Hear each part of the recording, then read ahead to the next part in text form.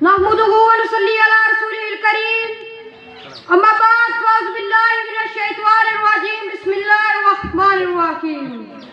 गुमनामी के अंधेरे में था एक पहचान बना दिया। गुमनामी के अंधेरे में था एक पहचान बना दिया। दुनिया के गम से उन्होंने मुझे अनजान बना दिया। उनकी ऐसी मेहरबानी हुई के उस्ताद ने मुझे एक अच्छा इंसान बना दिया। जनाब सदर, मोहतरम हाज़रीन और सामाईन इकराम, अस्सलामु अलैकुम। आज मुझे जिस मौजू पे नबशई का मौका मिला है वो है उस्ताद की अजमत। इंसान दुनिया में कभी तन्हा वक्त नहीं गुजारता, वो कई रिश्तों और नातों के साथ जुड़ा रहता है। इनमें से कुछ रिश्ते और ताल्लुक खूनी होते हैं, जबकि बहुत से रिश्ते और ताल्लुक रूहानी, इखलाकी और मशरती तौर पर जुड़े होते हैं। इन्हीं में से एक रिश्ता उस्ताद का भी है। उस्ताद को माशरे में रूहानी बाप का दर्जा हासिल है। इस्लाम में उस्ताद का रुतबा वालिदैन के रुतबे के बराबर करार दिया गया है, क्योंकि दुनिया में वालिदैन के बाद अगर किसी बच्चे की तरबियत की जिम्मेदारी किसी पर आयदी की जाती है तो वो उस्ताद है। उस्ताद वही है जो इंसान को दुनिया में रहना, सहना और जीना सिखाता है, उसे किताबों का इल्म समझाता है। चनाचे इस लिहाज से उस्ताद वाजिबुल एहतराम और लायक तज़ीम है। देखा न कोहकुन कोई फरहाद के बगैर, देखा न कोहकुन कोई फरहाद के बगैर, आता नहीं फन कोई उस्ताद के बगैर, आता नहीं फन कोई उस्ताद के बगैर। उस्ताद की तारीफ अगर इन अल्फाज में की जाए तो बेजाना होगा।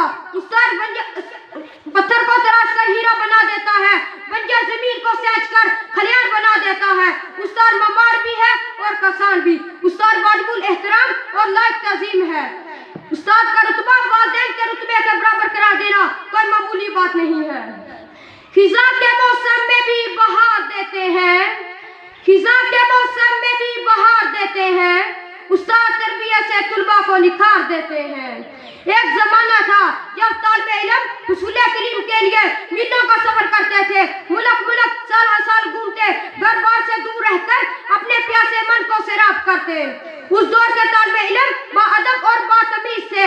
उस्ताद के कदमों में बैठते, उस्ताद की बात को खामोशी से सुनते, मजाक करना तो दूर, नजर उठाकर बात करने से भी डरते थे।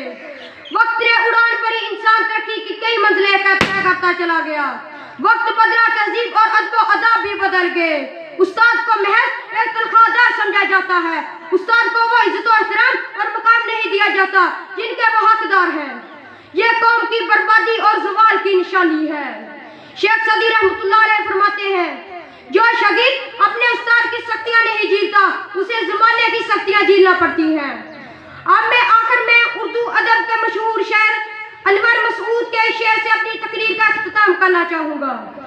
ये गम खाता चला जाता है मुझको, ये गम खाता चला जाता है मुझको, मुझे इस खौफ से फुर्सत नहीं है।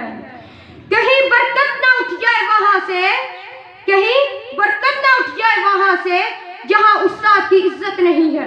शुक्रिया।